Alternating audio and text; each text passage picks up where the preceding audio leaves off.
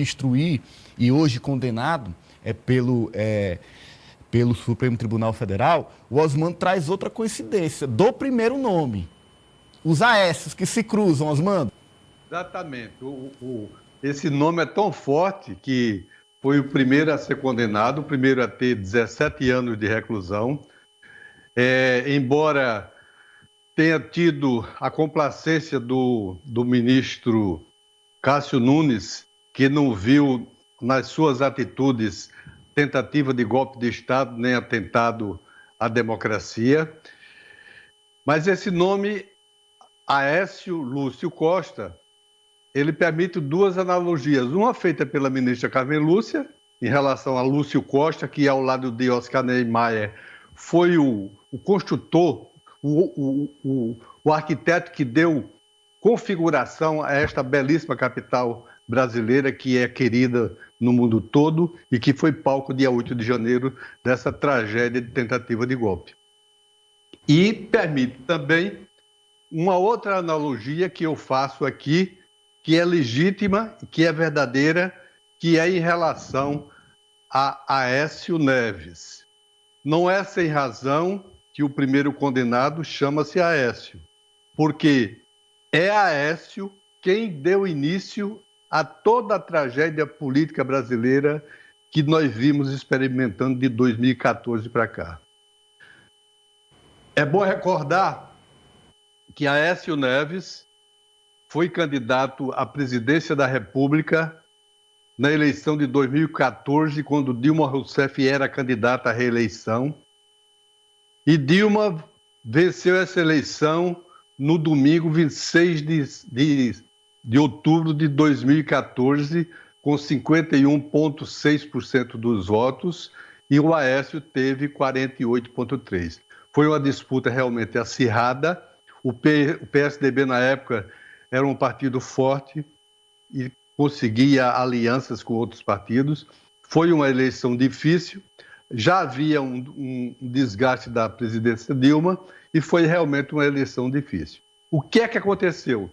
Após a eleição, o Aécio Neves começou a contestar o resultado da eleição, alegando que tinha havido fraude. E foi até o Tribunal Superior Eleitoral contestar a eleição e o Tribunal Superior Eleitoral não deu bolas para as afirmações dele e manteve a eleição da presidenta Dilma.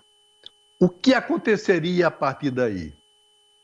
O DNA golpista, que já estava instalado no Aécio Neves, se transferiu para Temer, que fez parte da trama que levou ao impeachment injusto,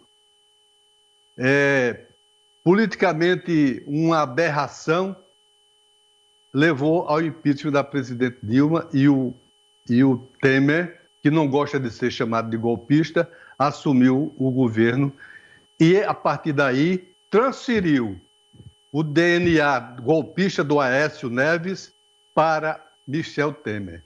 Eu lembro de uma live em que o Bolsonaro, no dia 17 de junho de 2021, ele voltou a defender o voto impresso, voltou a dizer que as urnas eletrônicas eram suscetíveis à fraude e disse claramente que Aécio Neves havia ganho a eleição. Isso foi em 17 de junho de 2021.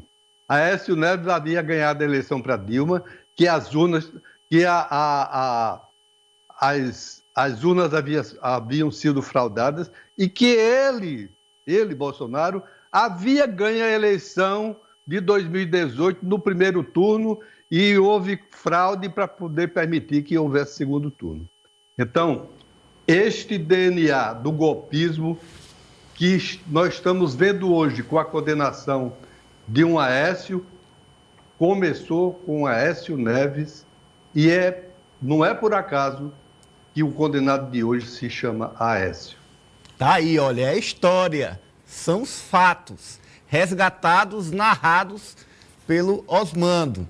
Tudo isso é a história do nosso país. Aí eu quero ouvir Kátia D'Angeles e também Alessio Rodrigues, sobre a condenação do Aécio, a referência ao Lúcio Costa e, claro, esse momento histórico do Supremo Tribunal Federal com esses 3 condenados, sem deixar de lado, claro, os embates típicos da corte. Esse julgamento, Ananias, ele vai trazer inúmeros desdobramentos para o Brasil, tanto na questão política como também na questão jurídica, nessa questão que a gente vive de, 20% do brasileiros acreditarem ainda que a Terra é plana, outro percentual absurdo a querer volta de ditadura. Então, esse julgamento, pelas críticas que ele recebe, pelos elogios que ele recebe, ele vai culminar em muitas mudanças, né? É irônico e interessante ao mesmo tempo que, com base numa lei que foi sancionada pelo ex-presidente Jair Bolsonaro, a interpretação de que aquilo ali era um ato antidemocrático, que pretendia derrubar um regime, esteja sendo feita aí pela maioria dos ministros, por alguns juristas. Outros já acham que não, que há um certo exagero, que não está se respeitando a proporcionalidade de tudo que aconteceu. Mas o seu Zé bem lembrou que a gente vem de um processo, de uma liderança política, e isso está bem descrito naquele livro Como as Democracias Morrem, e um grupo político não aceitar o resultado de uma eleição e de dentro do sistema ali, de um sistema do qual ele fazia parte, do qual ele se beneficiou, no qual ele jogou o jogo durante muitos anos, né, que foi Aécio Neves, aí, que era líder do PSDB, de dentro para fora começar a querer minar e descredibilizar esse mesmo sistema. Embora a maioria das pessoas não percebam, esse foi um processo acumulativo e de que já vinha aí também de muito antes, da descrença da população na política e nos políticos, e aí culmina num candidato à 2003. Um candidato à presidência que não aceita o resultado, que começa a questionar aquele sistema do qual ele fazia parte, e assim também procedeu o ex-presidente Jair Bolsonaro, eleito várias vezes deputado, eleito presidente, questionando o sistema, a forma como foi eleito, as pessoas acompanhando tudo isso, esses movimentos na internet, culminou aí no 8 de janeiro, que poderia, sim, ter sido algo mais grave, ter sido algo pior para o Brasil. Alessio? Ananias, eu trago um alento para todas as pessoas que estão esperando para ser julgadas pelo STF. É um número... eu fiz uma conta rápida aqui, são cerca de 1.300 pessoas que ainda vão ser julgadas para o valor, né, da multa de 30 milhões de reais de prejuízo, de danos que foram causados aos patrimônios públicos. E aí, fazendo uma conta rápida, dá cerca de 23 mil reais para cada um, caso seja colocado nessa proporção, dividida igualmente para cada um. Eu acho o valor pequeno não por ter muito mais que isso, mas por ser um valor que parece pequeno quando a gente coloca perto do que aconteceu, perto de todo esse impacto que teve no país, porque a gente, quando fala do 8 de janeiro, não fala só desse dano material, é um número absurdo, realmente 30 milhões de reais. Mas o impacto maior que eu acredito que ficou foi esse cenário de instabilidade, de receio de que pudesse acontecer novamente. E é por isso que esse julgamento de hoje, que coloca aí, abre esse precedente, abre esse parêntese aí na história do país, de que é uma pena rígida, digamos, de 17 anos, poderia ser até um pouco mais, assim como a multa eu acredito que poderia ser um pouco maior. Mas abre esse precedente para que as pessoas que têm esse teor golpista, que não concordam com a democracia, que procurem um lugar que não tenha democracia, mas que deixe a democracia do nosso país, que já é tão fragilizada nos últimos anos, como a Kátia falou, já vem sendo atacada, de certa forma, por vários líderes políticos.